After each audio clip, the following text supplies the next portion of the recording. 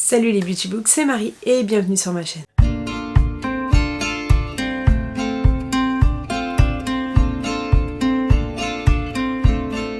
Donc on se retrouve pour une nouvelle vidéo. Il s'agit des sorties livresques du mois de juillet. C'est revenu assez vite, je trouve. J'ai l'impression que la dernière que j'ai faite c'était il y a une semaine ou deux. Mais je pense qu'on n'est pas très loin. Je suis désolée pour ma tête pas maquillée, mes cheveux, n'importe comment. On est le soir, je viens de rentrer du travail, je prends un peu d'avance puisque ce week-end, enfin cette vidéo est censée sortir dimanche, ce week-end va être un peu compliqué puisque j'ai pas mal de familles qui arrivent, etc. Donc je vais vous faire la vidéo maintenant, elle risque d'être carrément beaucoup plus courte que les précédentes, tout simplement puisque je n'ai noté que 8 sorties en tout et pour tout. L'été c'est à peu près, surtout le mois de juillet, c'est quand même plus calme. Il y en a une où je ne suis pas sûre du tout de la date, j'ai très fort espoir mais je ne le vois sur aucun site de vente. Donc on va commencer maintenant. On commence tout d'abord par la date du 3 juillet et c'est un roman de Mark Lawrence, le premier de sa saga de la trilogie de la bibliothèque, et le premier tome c'est le livre qui refusait de brûler. Il s'agit d'un auteur qui me fait très envie, ça sort chez Brajlon comme tous ses autres romans. C'est un auteur que j'ai très envie de découvrir. On va suivre deux personnages, un qui a toujours été enfermé avec beaucoup de livres très anciens et l'autre qui vit dans un lointain village peuplé de cauchemars et d'ombres. Bref, ces deux personnages vont se rencontrer, on va avoir une fantaisie autour du livre, je pense, et de l'importance des écrits, des anciens écrits, etc.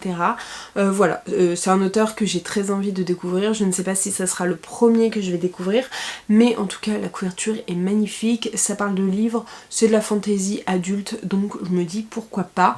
Si vous avez déjà lu un Mark Lawrence, n'hésitez pas à me conseiller le premier que je devrais lire de lui, parce que c'est vraiment un auteur que j'ai très envie de découvrir. Toujours à cette même date, nous avons un roman de chez Hauteville qui est La sorcière écarlate de Laurie Lico Albanaise, et donc c'est une romance un peu historique et j'aime beaucoup ça, surtout que là je suis en train de terminer mon mois historique et les histoires de sorcières autour de Salem, je trouve que c'est nickel. Alors je sais pas si je l'aurais sorti au mois de juillet, je pense que c'est un roman parfait peut-être pour le mois d'octobre, pour le septembre, octobre, novembre. On suit Isobel qui est une jeune femme issue d'une famille qui a beaucoup de dons. Elle était censée prendre un nouveau départ avec un jeune homme, je sais pas si c'est son chéri ou quoi. Ils étaient censés prendre un nouveau départ au niveau dans la ville de Salem.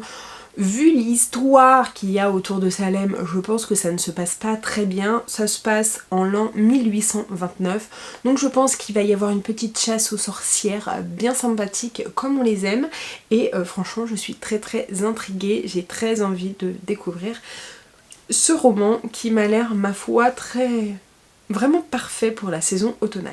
En date du 4 juillet, il y a un tome 6 qui sort en poche. Il s'agit des Chemins du pouvoir de Anne Perry qui sort chez 10-18. Alors Anne Perry, j'ai très envie de découvrir ses romans puisque c'est des thrillers historiques. J'ai l'impression que c'est un peu dans l'aristocratie anglaise, bref voilà, c'est une saga qui suit à chaque fois les mêmes enquêteurs et j'en ai beaucoup entendu parler sur la chaîne de Flow & Books et de Petites Lectrices, et c'est vrai que moi les thrillers historiques j'aime beaucoup ça, et Anne Perry fait partie des autrices qu'il faut avoir lu au même titre que Anne Granger. Je crois qu'il y en a une qui est un peu plus ancienne, je ne sais jamais laquelle est laquelle.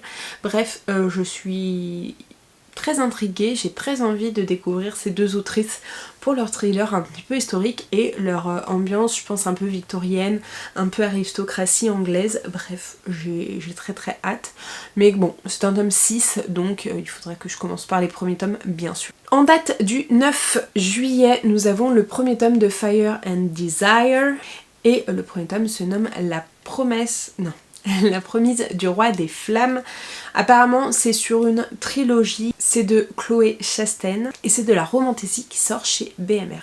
Déjà la couverture est sensationnelle, vraiment elle fait très envie. On nous dit, il l'a arrachée aux griffes de la mort pour une seule raison, en faire sienne. L'affaire sienne. Après des mois en captivité chez les dirigeants qui tyrannisent son peuple, Isabelle, fiancée du défunt roi de Maledun, doit être offerte en sacrifice. C'était sans compter l'arrivée magistrale de l'assassin du roi qui lui sauve la vie de justesse avant de l'enlever à son tour. Entre sa capture, son imposant dragon et son armure médiévale, il pourrait ne faire qu'une bouchée d'aile. Voilà, je reste là-dedans, je pense que ça va être un petit Enemies to Lovers et ça me tente vraiment beaucoup. BMR, je crois pas avoir lu énormément de livres de cette maison d'édition, je ne pense pas en avoir d'ailleurs dans ma bibliothèque et franchement ce titre m'a bien tenté. Le 10 juillet nous avons La couronne d'aubépine de Cléo Blackwood qui va sortir chez Corrigan et c'est de la fantasy. Par contre ici je n'ai vu aucun résumé donc je ne sais pas trop de quoi ça parle. La couverture m'intriguait beaucoup. Corrigan c'est une maison d'édition que je suis de près, de très près, puisque pour l'instant toutes les lectures Corrigan que j'ai fait ont été des très bonnes lectures. J'ai su à un moment donné le résumé qui m'avait tapé dans l'œil, je ne l'ai pas noté là parce que je pense que les seuls que j'avais trouvés ils n'étaient pas traduits, donc je vous laisserai aller voir les résumés par vous-même. Voilà la sortie dont que j'aimerais vraiment avoir, où j'ai le plus hâte, mais je n'ai vu aucune information ni sur la Fnac ni sur Amazon ni rien. Donc en date du 11 juillet sur Booknode, ils nous disent que le tome 2 de La chair et le feu de Jennifer Lamontrout va sortir, donc c'est A Light in the Flame, donc une lumière dans la flamme je pense. Et j'aimerais beaucoup qu'il sorte, il sortirait chez De Saxus, mais comme je vous ai dit, il n'y a que sur Booknode qu'il est affiché, et sachant que c'est une sortie dans moins d'un mois, il n'est pas sur Amazon ni sur la Fnac, ça me paraît hyper bizarre. Donc c'est une affaire à suivre. Si vous avez un peu plus d'informations, n'hésitez pas à me le dire. Si vous savez pas ce que c'est La chair et le feu, oui c'est ça, La chair et le feu, oui. C'est la saga spin-off du sang et de la cendre. On avait déjà le tome 1 qui est Une ombre dans la braise et que j'avais adoré. On suit des personnages bien avant, enfin plusieurs centaines d'années avant l'histoire du sang et la cendre, mais c'est des histoires hyper importantes pour la saga principale, et c'est des sagas, enfin c'est des tomes qu'il faut alterner pour pouvoir pleinement comprendre. Vu la fin du 4e tome, donc La guerre des deux reines, j'ai très hâte d'avoir la suite et de retrouver aussi le spin-off que j'aime énormément. D'habitude avec Jennifer Lamontrout, les spin-offs c'est pas trop ça. Là franchement j'aime trop. Et il me tarde d'avoir la suite, mais comme je vous l'ai dit, je suis pas sûre d'avoir vraiment cette sortie. N'hésitez pas à me rassurer ou à me dire si vous avez un peu plus d'infos que moi, parce que j'ai très peur que ça sorte pas tout de suite finalement. Et d'un côté je serais très étonnée que ça sorte maintenant, puisque le tome 1 était sorti en octobre ou novembre je pense, ou octobre de l'année dernière, et je me dis que sortir 2 tomes à quasiment à un peu plus de 2 mois d'intervalle, ça me paraît un petit peu bizarre, sachant que des fois ils mettent 6 mois à sortir les tomes, donc voilà, sinon ça nous ferait attendre aussi très longtemps. Nous avons bientôt terminé, puisqu'en date du 12 juillet, il y a Le serment de l'éclipse de Lydia Brasington qui va sortir chez Happily Ever After.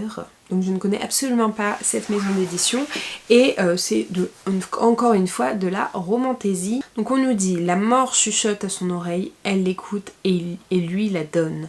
Quand la mère de Rune est assassinée par l'Inquisition, la jeune nécromancienne voit son monde basculer. Son peuple est accusé d'être à l'origine d'une horrible maladie qui ravage le royaume. Dans son ultime espoir, l'Inquisition lui propose le même marché qu'à sa mère, 1 an pour découvrir un remède. Rune n'a pas d'autre choix que d'accepter, car l'échec n'est pas une option, bien au contraire, ce dernier lui vaudra la mort.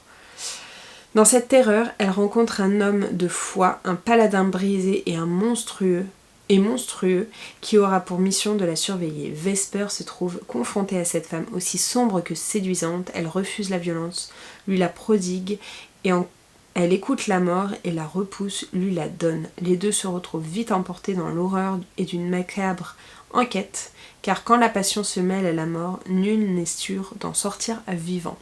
Voilà, c'est assez intriguant. Et je suis du coup très très intriguée. Et la dernière sortie que j'ai vue aujourd'hui même, c'est la sortie qui va sortir au mois le 15 juillet. Donc vraiment, tout est regroupé sur la première quinzaine de juillet. Le reste ne m'intéressait pas vraiment. J'ai vu qu'ils faisaient beaucoup d'intégrales de chez Bookmark. Et donc là, c'est une intégrale de 2 tomes justement chez Bookmark. Donc c'est Dette de sang, donc les tomes 1 et 2. Le collecteur est magnifique avec un beau jaspage, etc. Je ne connaissais pas du tout cette saga. C'est une saga sous 7 tomes. Bon là du coup on a le 1 et 2 direct. C'est de Hayley Turner et donc c'est une romance paranormale fantastique à peu près. Et dans cette histoire on nous dit: ne promets jamais une vie qu'il ne t'appartient pas de donner. New York, Paris pour les vacances. L'agent spécial Patrick Collins attend avec impatience de retrouver son ancienne équipe lorsqu'il se retrouve assigné à une nouvelle affaire. Une petite fille a disparu, remplacée par des changelings, et sa puissante famille de mages demande justice aux Fae. Au même moment, face au harcèlement constant de leur faire subir la meute de seigneurs de New York, Jonathan de Vere est forcé d'officialiser celle qu'il a formée avec Patrick. Bon, je pensais avoir retrouvé des hashtags, mais en fait, j'en ai pas. Je pense que je me suis trompée avec un autre roman. En tout cas, je pense que c'est une romance paranormale MM. Voilà, affaire à suivre, un peu bitlit, un peu avec des failles, peut-être des loups, enfin j'en sais rien. Mais ça m'intriguait pas mal. Donc voilà pour les sorties que j'ai notées pour le mois de juillet. Vous voyez qu'elles sont assez maigres. N'hésitez pas à me dire si vous avez mis quelques sorties dont je n'ai pas forcément parlé. Il y a d'autres sorties mais franchement ça m'intéressait vraiment pas. Là c'est vraiment celles qui m'ont un peu plus tapé dans l'œil par rapport aux autres, qui se sont démarquées des autres. Mais voilà, comme d'habitude n'hésitez pas à liker la vidéo, à la commenter et à vous abonner. Je vous mets juste ici pour vous abonner, ici ma dernière vidéo. Et en attendant une prochaine vidéo, je vous fais de très gros bisous et je vous dis à très bientôt. Ciao!